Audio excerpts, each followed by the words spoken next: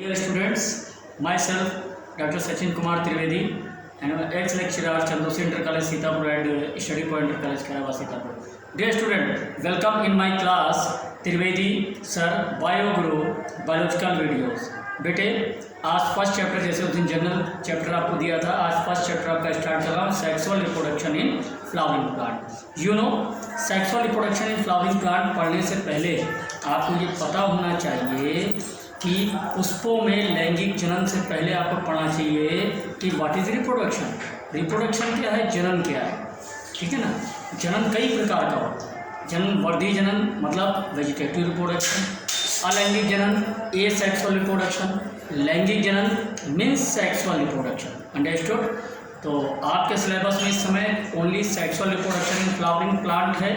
तो ए sexual reproduction in flowering plant पढ़ने से पहले आपको ये पता होना चाहिए कि सेक्सुअल रिप्रोडक्शन उन्हीं ऑर्गेनिज्म में होता है जिनमें male gamete and female gamete की फॉर्मेशन होती है, यानी formation of male gamete and female gamete. That process is known as gametogenesis.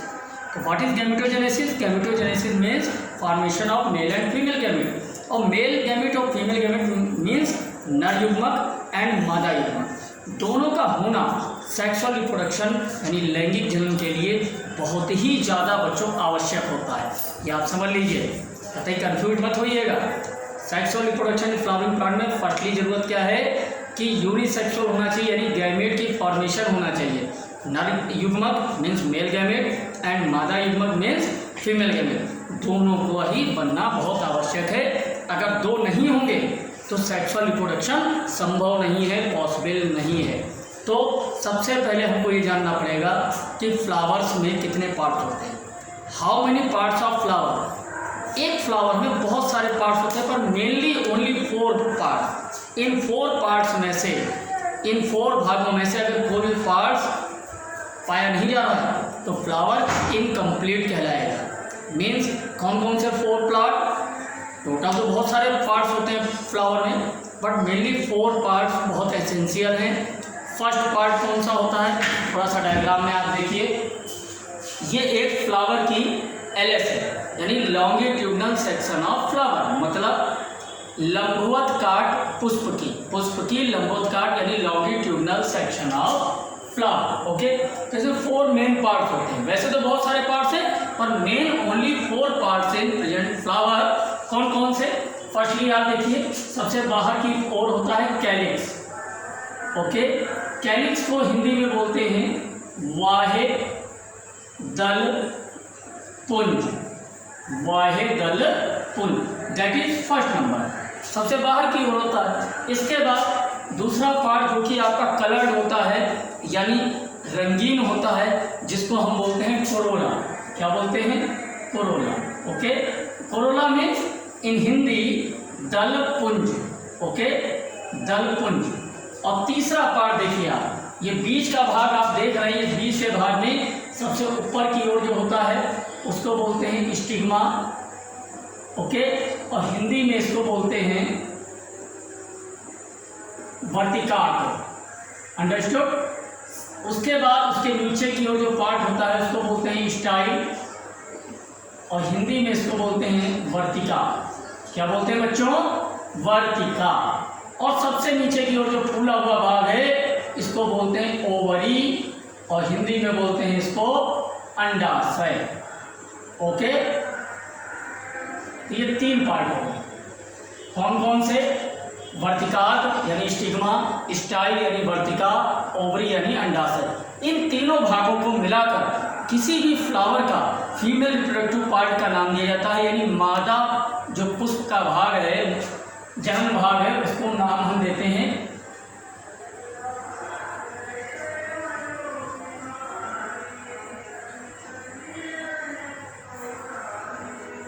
Gynoecium. Gynoecium का मतलब हिंदी में होता है जायान। Okay, clear?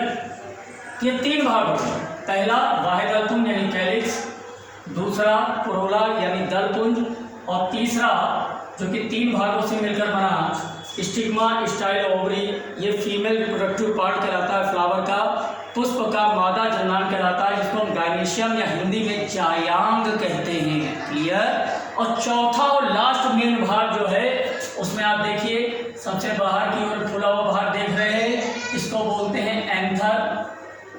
हिंदी में एंथर को बोलते हैं परागकोश। ओके, परागकोश। और तीसरा ये इसका दूसरा भाग होता है जिसको बोलते हैं फिलामेंट। ओके, और फिलामेंट का मतलब क्या होता है? तंतु या पुतंतु। इन दोनों को मिला के हम बोलते हैं ANDROECIUM,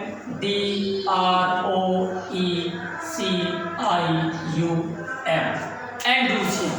एंड्रूशियम is the male reproductive part of flower.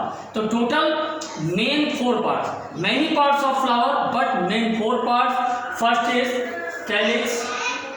Calyx की जो कैलिक्स का बच्चों जो कैलिक्स की यूनिट होती है उसको हम क्या बोलते हैं?